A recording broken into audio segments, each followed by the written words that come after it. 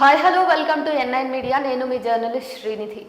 So ఈ మధ్య కాలంలో ఆంధ్రప్రదేశ్ రాష్ట్ర వ్యాప్తంగా ఒక తీవ్రమైన దుమారం జరుగుతూ ఉంది.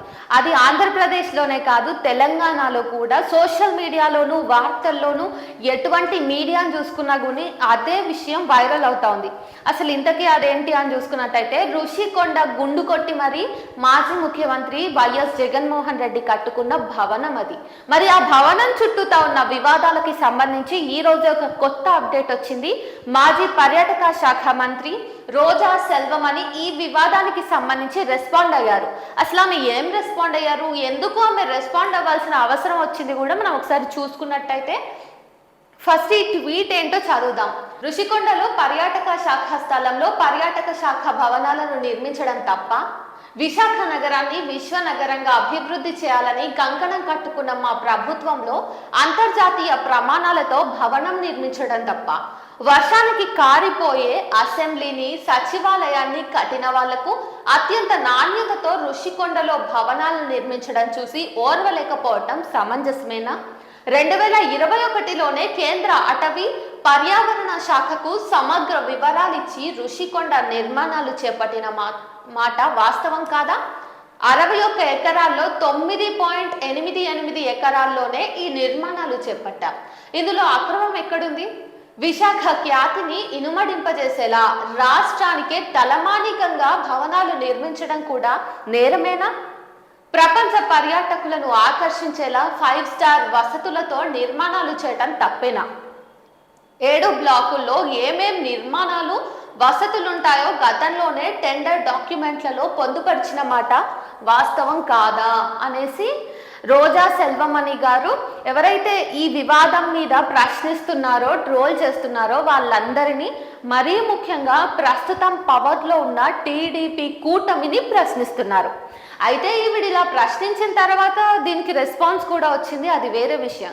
కాకపోతే ఈవిడ ఇన్ని ప్రశ్నల్ని సంధించినప్పుడు మన దగ్గర కూడా, అంటే ప్రభుత్వం నుంచి పాలింపబడే ప్రజల దగ్గర కూడా కొన్ని ప్రశ్నలు ఉన్నాయని చెప్పేసి ప్రజలు కూడా ఈమె ట్వీట్కి రెస్పాండ్ అవుతూ ఉన్నారు. అటు పాలక వర్గం మాత్రమే కాకుండా ఇటు ప్రజలు, ఆ తర్వాత నెట్టింట్లో ఎవరైతే యూజర్స్ ఉన్నారో, సోషల్ మీడియాని వాడుకుంటున్న వాళ్ళు, ఆ యూజర్స్ అందరూ కూడా ఈమె ట్వీట్ పైన కూడా విపరీతంగా రిప్లైలు ఇస్తూ దీన్ని కూడా ట్రోల్ చేస్తున్నారు. అసలు ఇంతకీ ఇదంతా చర్చ ఎక్కడ మొదలైంది, ఎందుకు ఇంత చర్చ వచ్చిందని చూసుకున్నట్టయితే, ముందుగా విషయం ఏంటి అంటే, ఇక్కడ ఏదైతే ఋషికొండలో నిర్మించిన భవనం ఉందో అది 500 కోట్ల ప్రజాధనంతో నిర్మించింది. సో 500 కోట్ల ప్రజాధనం అంటే మామూలు విషయం కాదు. ఆల్రెడీ మనం ఎలక్షన్స్కి ముందు చూసుకున్నట్టయితే ప్రతి చోట కూడా జగన్ హయాంలో రోడ్డులు ఏవి కూడా బాగా లేవు, ఎటువంటి ఇంప్లిమెంటేషన్ లేదు రవాణాకి సంబంధించి. సో రవాణా శాఖ పూర్తిగా దౌర్జన్యపూరితంగా నడిచింది. ఇట్లా ఉన్న నేపథ్యంలో మరి కనీసం రోడ్డులు, ప్రజలకి ఇట్లాంటి భవనాలు ఎప్పుడు ఉపయోగపడతాయో తెలియదు కానీ రోడ్డుల మీద ప్రతిరోజు వాళ్ళు తిరుగుతూ ఉంటారు. ఆ రోడ్డులో గుంతలు ఉంటే కూడా ప్రజానిక ఆరోగ్యానికే అది మంచిది కాదు. సో ఒక రోడ్డుని చూసి కూడా ఒక రాష్ట్ర ప్రగతిని అంచనా వేయొచ్చు. మరి అట్లాంటప్పుడు కనీస రోడ్డుల్ని కూడా బాగుపరచని ఆ ప్రభుత్వం ఇంతటి భవనాల్ని, ఒక రిసార్ట్ని కూలగొట్టి మరీ అక్కడ భవనాల్ని కట్టింది. ఎవరి కోసం? ఎందుకంటే ముందు ఈ భవనాన్ని ఫస్ట్ జస్ట్ ఒక రిసార్ట్గా అని అన్నారు, తర్వాత హోటల్గా అని అన్నారు, ఆ తర్వాత ముఖ్యమంత్రి కోసం అదొక హోమ్ అని అన్నారు. ఇట్లా వివిధ కారణాలు చూపించి కట్టబడిన ఈ కట్టడము అసలు ఇప్పుడు ఎందుకు ప్రశ్నార్థకంగా నిలిచింది, ఎందుకు తీవ్రమైన చర్చల్లోకి మనందరినీ కూడా తీసుకెళ్తుంది? సో 500 కోట్లతో నిర్మించిన ఈ భవనం లోపల అసలు ఏముంది? జగన్ ప్రభుత్వం ఉన్నంత కాలం కూడా ప్రజలందరికీ కూడా ఒక ఉత్కంఠ ఉండేది. ఇందులోకి ఎవరు అడుగు పెట్టడానికి లేదు. అసలు ఋషికొండలో ఉన్న ఈ భవనంలో ఏముంది అన్న విషయం ఎవరికి కూడా తెలియదు. అయితే ఈ నేపథ్యంలో టీడీపీ హయాం వచ్చిన వెంటనే, టీడీపీ కూటమి గెలిచిన వెంటనే టీడీపీకి సంబంధించిన ఒక ఎమ్మెల్యే ఈ భవనం లోపలికి వెళ్ళి మొత్తాన్ని కూడా బయట పెట్టడంతో దీని వెనుక ఉన్న గుట్టు మొత్తం కూడా రట్టయింది.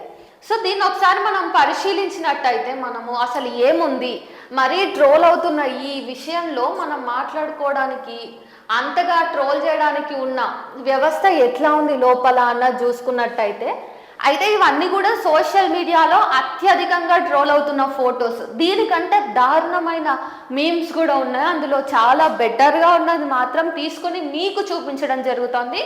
ఇక్కడ ఏదైతే బాత్ టబ్ ఉందో ఈ బాత్ టబ్ 35 లక్షలంట.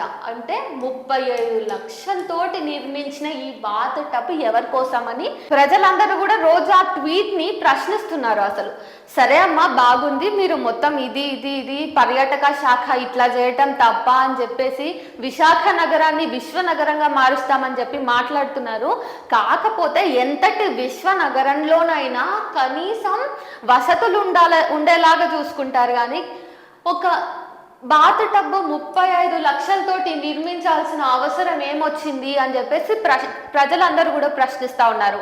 అంతేకాకుండా మీరు కమోడ్ చూసినట్టయితే ఈ వెస్టర్న్ కమోడు 15 లక్షలంట. దీని మీద వచ్చిన ట్రోల్స్ అయితే మరీ దారుణంగా ఉన్నాయి. కడుక్కోవడానికి కూడా అవసరం లేదు, అదే కడిగి పెడుతుంది అని చెప్పేసి కామెడీ మీమ్స్ వస్తున్నాయి. అయితే ఫన్ అపార్ట్, జోక్స్ అపార్ట్, ఇవన్నీ కూడా ఇంతగా ట్రోల్ అవుతుండవటం అనేది ఏదో సాధారణంగా ట్రోల్ అవుతాయని చెప్పడానికి లేదు. దీని వెనక వాస్తవాలు కూడా ఉండే ఉంటాయి. లేదంటే ఇప్పుడు ఆషామాషిగా ఇంత పెద్ద వ్యవహారాన్ని ట్రోల్ చేయడం అనేది జరగదు. ఇది కూడా అందరూ గుర్తుపెట్టుకోవాలని చెప్పేసి అందరూ మాట్లాడుకుంటున్నారు.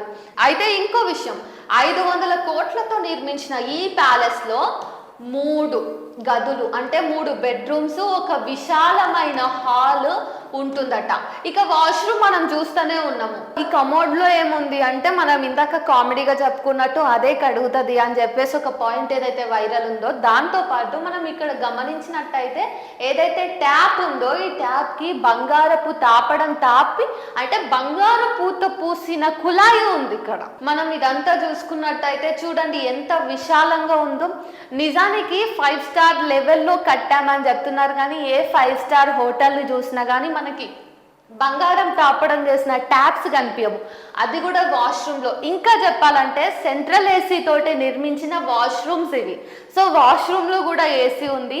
ప్రజలందరూ ఆకలి కేకలతోటి కనీస అవసరాలు కూడా తీరకుండా కష్టపడుతూ ఉంటే అంటే రెక్కాడితే కానీ డొక్కాడని పరిస్థితిలో ఎంతోమంది ఈరోజు ఆంధ్రప్రదేశ్లో ప్రజలు ఉన్నప్పుడు ఇట్లాంటి విలాసవంతమైన భవనాలను నిర్మించి ఎప్పుడో ఒకసారి సంవత్సరానికి మహా అంటే 1-2 సార్లు వినియోగంలోకి వచ్చే ఇట్లాంటి భవనంలో ఇన్నిన్ని ప్రజాధనంతో ఇన్నిన్ని వసతులు కల్పించి లాభం ఏంటి అని చెప్పేసి ప్రజలందరూ కూడా మాజీ ముఖ్యమంత్రి మీద తీవ్రమైన ఆగ్రహంతో ఉన్నారు. అంతేకాకుండా ప్రస్తుతం ఎవరైతే టీడీపీ కూటమికి సంబంధించిన పాలకులు ఉన్నారో వాళ్ళు కూడా ఈ విషయంలో అప్పటి ప్రభుత్వాన్ని దుయ్యబట్టే పనిలో ఉన్నారు. ఎందుకంటే ఇప్పటి వరకు ఇది 2021లో నిర్మాణాన్ని మొదలుపెట్టినా కానీ మళ్ళీ జగనే ముఖ్యమంత్రిగా గెలిచి ఈ భవనంలో తన క్యాంపు కార్యాలయాన్ని పెట్టుకుంటాడని కూడా ఆశపడ్డాడు. కాకపోతే పదవి అతని చేయి జారింది. పూర్తిగా పవరే వాళ్ళ పార్టీకి దక్కకుండా కూటమికి చెందడంతో ఈ విషయాలన్నీ కూడా బయటికి వచ్చినాయి. మరి ఇంతకీ రోజా ఎవరైతే ఉన్నారో మాజీ పర్యాటక మంత్రి, ఆవిడ కూడా ప్రజలు అడుగుతున్న అన్ని ప్రశ్నలకి కూడా సమాధానం చెప్పాల్సిన బాధ్యత ఆమెకు ఉంది. ఒక పర్యాటక శాఖ మంత్రిగా ఇన్ని కోట్లలో ఒక 500 కోట్లు ఉంటే చాలా డెవలప్మెంట్సే చేయొచ్చు. ఇది సాధారణ ప్రజలు ఏదైతే చదువు కూడా చదువుకొని ప్రజలను అడిగినా కూడా వాళ్ళు చెప్తారు ఈ విషయం. మరి ఇంత వివాదానికి తావు తీస్తున్న ఋషికొండ అసలు ఒక భవనమా, లేకపోతే అదొక మళ్ళీ ఎప్పటిలాగానే రిసార్ట్గా మారనుందా, లేకపోతే సీఎం క్యాంప్ కార్యాలయంగా ఇది అవతారం చెందబోతుందా, లేకపోతే అసలు దీని కథ ఏంటి? ఎవరైనా అఫీషియల్స్ ఎవరైతే ఢిల్లీ నుంచి కానీ ఇంకా విదేశాల నుంచి కేంద్రం నుంచి వచ్చే అఫీషియల్స్ ఉండడానికి దీన్ని యూజ్ చేస్తారా? అసలు ఏంటి ఋషికొండ భవనపు పరిస్థితి ఏంటి అనే ఉత్కంఠ ఇంకా ప్రజల్లో ఉంది. మరిన్ని అప్డేట్స్ కోసం చూస్తూనే ఉండండి N9 మీడియా.